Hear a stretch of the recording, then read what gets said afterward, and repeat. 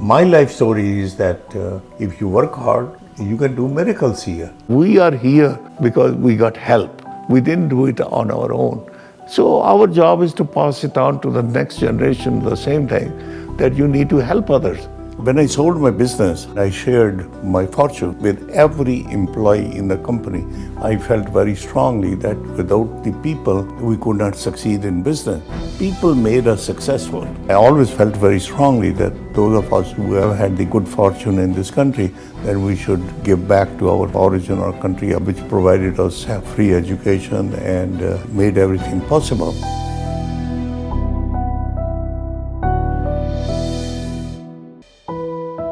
The life of Suri Seghal, born in the part of India that is now Pakistan, is a quintessential American success story. He overcame adversity in his country of origin and became a successful and esteemed crop scientist, seedsman, and entrepreneur who is making a profound difference in the lives of millions of people in the developing world. Surinder Mohan Suri Seghal was born in 1934 in a small town, Guliana, in the then undivided British-occupied Indian province of Punjab. He was the fifth of 8 children of a Sikh mother, Sushila Kaur Vadhavan, and a Hindu father, Fakir Chand Shahji Seghal, a disciple and follower of Mahatma Gandhi and member of the Indian National Congress working for India's independence from British rule. And he grew up with very strong Gandhian ideals, and he had a very happy childhood up until a certain point. When partition came to India in 1947. Suri was 13 when the British Raj finally left, dividing the subcontinent into 2 nations, India and Pakistan. The violence and bloodshed that followed claimed countless lives. In the midst of the mayhem, Shahji Seghal decided to send 3 of his 6 daughters with his oldest son, Badar, to the relative safety of India. So his dad woke Suri up about 5 o'clock in the morning and said, "You have to come and help me get your sisters to the train station, help carry the luggage." And so they got to the train station and were horrified to find that it was so crowded. My 2 sisters got squeezed into one compartment, and my brother got squeezed into another compartment. And Toshi, Santosh, who's 11 years old, had no place, and she was put into another compartment. And Suri's father, in a panic as the train was pulling away, pushed Suri on the train and said, "Take care of your sister." The train ride, which lasted several days, was terrifying for the Seghal siblings. Every time the train stopped, there were bloody bodies all around the train tracks where people were being killed. Once his sisters were temporarily safe with a friend on the India side, young Suri went to Delhi to find their uncle. Homeless for weeks, he slept in empty train cars and attended evening prayer meetings held by Mahatma Gandhi, who was trying to hold people together in the chaos. While sitting at Gandhi's feet each evening, Suri heard ideas that reinforced what his father had always stressed in their home about inclusion and equality, including gender equality, that girls deserve the same good education as boys. That message soaked in deeply, and the seeds were planted for Suri's lifelong priorities. The Seghal family eventually reunited at a refugee camp. Though they lost all their possessions, land and business, they were grateful to be alive. The Seghals rebuilt their lives in Amritsar, near the Pakistan border. Suri completed high school and went on to earn bachelor's and master's degrees and honors in botany in India. His dream was now to study plant genetics with Harvard professor Paul C. Mangelsdorf, a giant in the field. Harvard University accepted Suri, and he arrived in the United States in the summer of 1959. In the summer of 1962, Suri met a beautiful German girl, Etta Jelinski, whose visa was being sponsored by a political science professor at Harvard. The family spoke fluent German and helped Etta learn English. Etta, remarkably, had a similar refugee past, although the two didn't share that information with each other. She came from a part Germany that is now Poland. Her family escaped in the dead of night and went by horse cart to get out of danger. And they ended up meeting each other, and it was like firecrackers. In June 1963, Suri successfully defended his PhD thesis, which explored changes that occur when corn is hybridized with its two wild relatives, Teosinte and Tripsicum. After graduation, my major professor suggested that before I go back, it will be good if I get practical training. In September 1963, Suri arrived in Des Moines, Iowa, in a car he purchased for $200 to work as postdoctoral fellow at what was then a regional seed company called Pioneer Hybrid Corn Company. Pioneer was founded by Henry A. Wallace, who served as U.S. Vice President under Franklin D. Roosevelt. Suri was thrilled to launch his career there and work alongside Dr. William Lacey Brown, another doyen in the field of plant genetics. Suri found the Midwest and Iowa extremely welcoming. Within a few months, Etta joined Suri in Iowa. Bill Brown was highly impressed with Suri, and the two formed an excellent relationship. Halfway through the fellowship, Dr. Brown offered Suri a job as a tropical corn breeding specialist in Jamaica. On September 26, Suri and Etta were married in the home of Bill and Alice Brown with a small reception for the couple.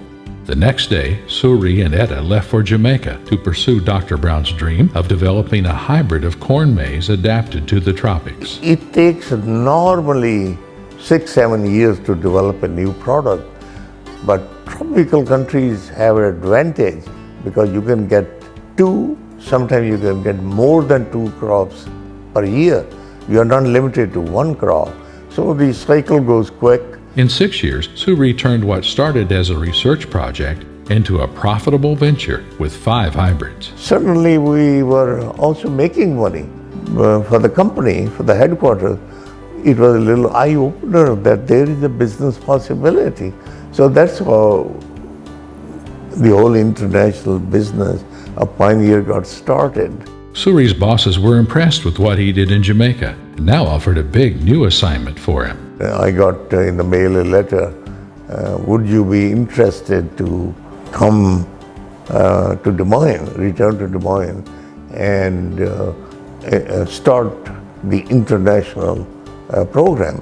Suri and Etta returned to Iowa in 1970, now with 2 children, Kenny and Ben, who were born during their stint in Jamaica.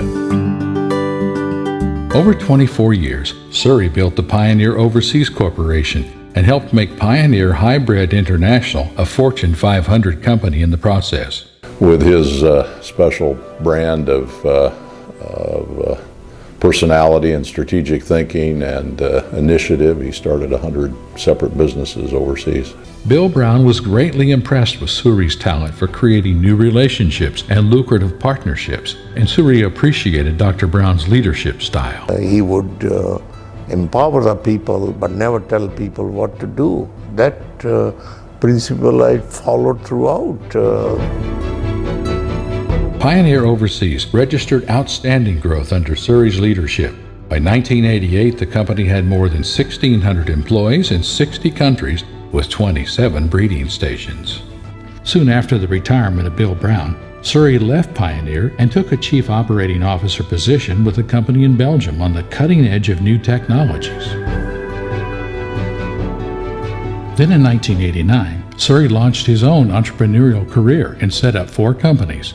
One was a small seed company in India that he acquired full ownership of as part of an agreement with Pioneer.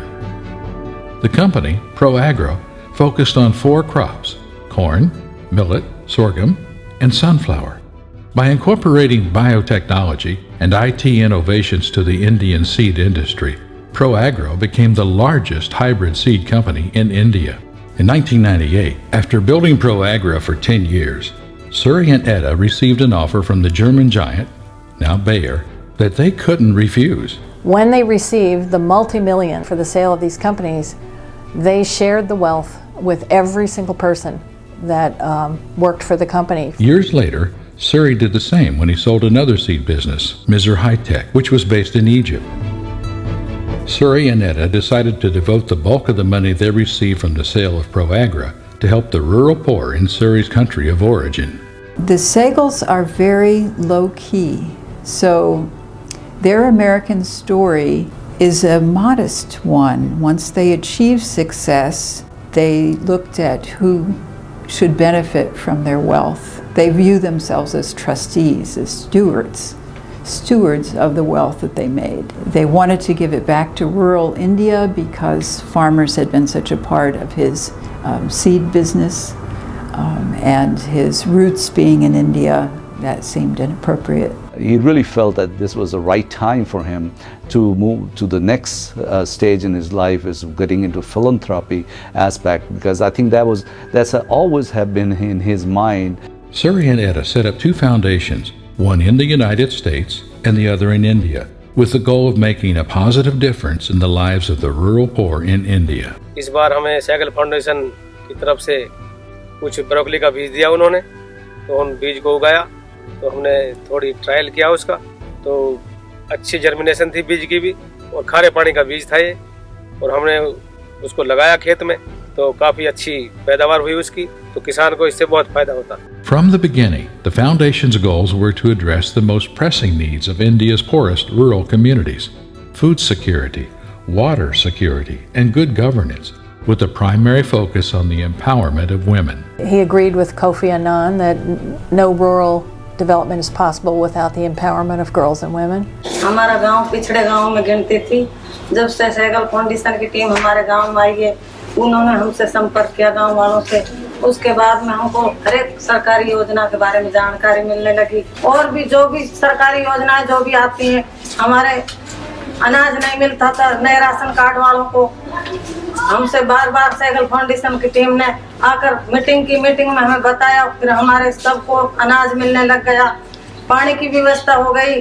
भाई संगठन में कितनी शक्ति है। For more than 20 years, Seghal Foundation teams have worked in partnership with community members to build their capacities to take responsibility for their own development and bring about a more promising future for the farm families that make up rural India. The Seghal Foundation scientists, the engineers that work there, there's hydraulics experts who are on staff who've invented technologies that are making a difference.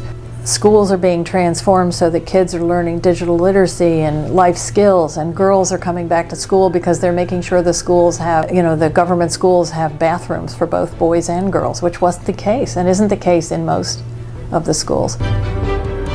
Suri and Etta have also supported educational and environmental causes in the U.S. They have long supported the World Food Prize Foundation, an iconic Iowa institution that honors leaders in the global food supply. Since I am from agriculture, my desire was to do whatever I can to uplift the people in the villages, in the rural India, where the greatest poverty lies.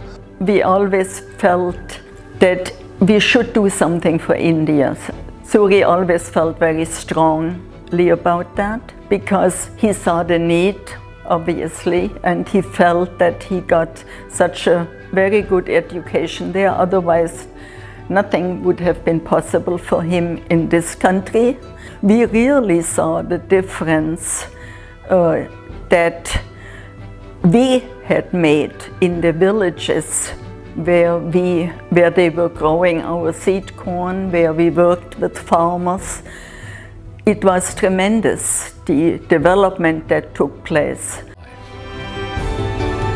And those same values continue with his wife Etta, his partner every step of the way, who shares his vision and who has collaborated fully with Suri in his business and philanthropic efforts from the start. Suri Seghal embodies the soul and potential of America, its hopes and dreams. His American journey is not just a story of a person shaping his own future and accomplishing success. It's also about how he used the success he achieved in America to create an ecosystem of sorts that provides people in faraway villages with opportunities to live more secure, prosperous, and dignified lives.